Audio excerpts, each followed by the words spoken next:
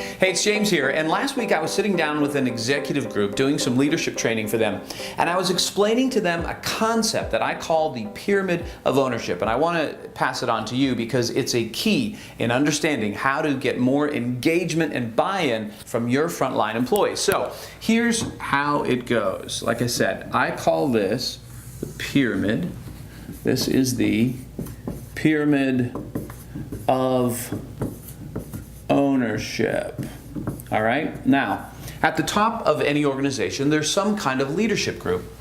A CEO, a GM, a president, somebody who owns the business outright. There's some kind of top level, right? Then there's usually some kind of, to simplify things, we'll say a middle management layer. Then there's some kind of a front line management. And then there is this huge group of front line employees. Okay? Now, often when I go in to speak to a company, I will get a chance to have a conversation with who's ever up here, or at least people who are here, just so I can find out more what's going on. And typically what I hear is that people want this group, the frontline employees, to take more ownership. That's what we say. I want our people to take more ownership, to buy into what we're doing. And so really that's what they're talking about. And ownership is important, right? Because ownership is linked to engagement. But there is a reason why management is more engaged than the front line. In other words, this is how the pyramid of ownership works. The higher up you go in this pyramid, the more ownership you feel. So it's not just about that you have more ownership at the top, but you also feel more ownership. And when it comes to motivation and especially engagement, so much of it is an emotional component. Okay? So let's talk about this, about the reason why. And because in those reasons, you're going to find some things that you can do down here to help this group become more like entrepreneurs instead of just employees. Okay? So what's going on for these people up here? Well, number one, there's usually some kind of high stakes. In other words, the higher up you go, the more responsibility that you have. I'm not just talking about the more to-dos that you have to do or the more work you have to do, but the more responsibility. In other words, there's more riding on your shoulders. There's more weight and stress often riding on this group than there is on this group, right? Because if this group messes up, guess what? There's a whole lot of people's lives are affected. And any good CEO, he or she will tell you that that's a great pressure that they carry. There's some kind of high stakes. In other words, people are counting on me, okay? The other thing that is common with this group up here is strategic thinking. Strategic thinking. Because the higher up here you go, the more strategy you need, or in other words, the more time you need to spend thinking about strategy. Whereas you go down here, this is actually more about execution, right? So the lower we go on the pyramid, it's more about to-doing. Now, the thing with strategic thinking, it requires something, creativity. And creativity is a huge component when it comes to engagement and ownership. The groups up here, the people up here, are able to use more creativity. In fact, they need to use more creativity because they're thinking strategically about the organization. The lower down you go on the ladder, the less creativity is required. Okay, thirdly, at the top, there's usually some kind of, I'll just say purpose-driven.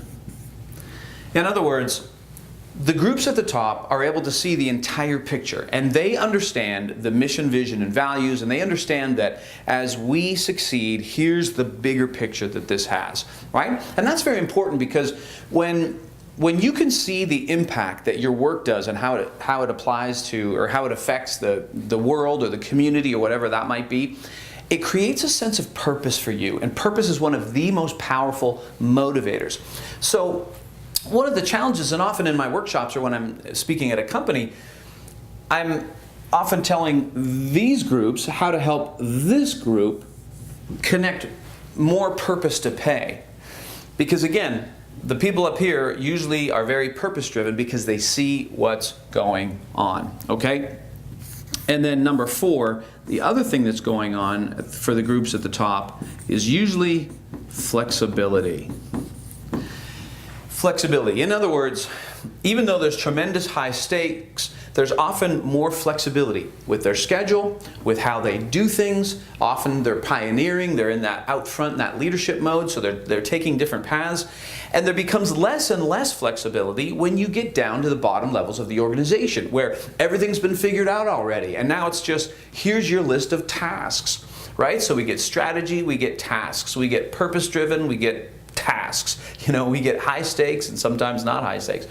So here's the thing, and so I'm just giving you this as an exercise to have with your management group, and I encourage you to have a great discussion about this. Because here's the thing, how do you help this group, how do you help the frontline employees experience high stakes? How do you get them to experience strategic thinking so that they can use their creativity? How do you get this group to be purpose-driven, in other words, connect to purpose? And how do we get this group to have more flexibility? Okay, so those are great questions for you to have a great discussion around, because again, every organization is different.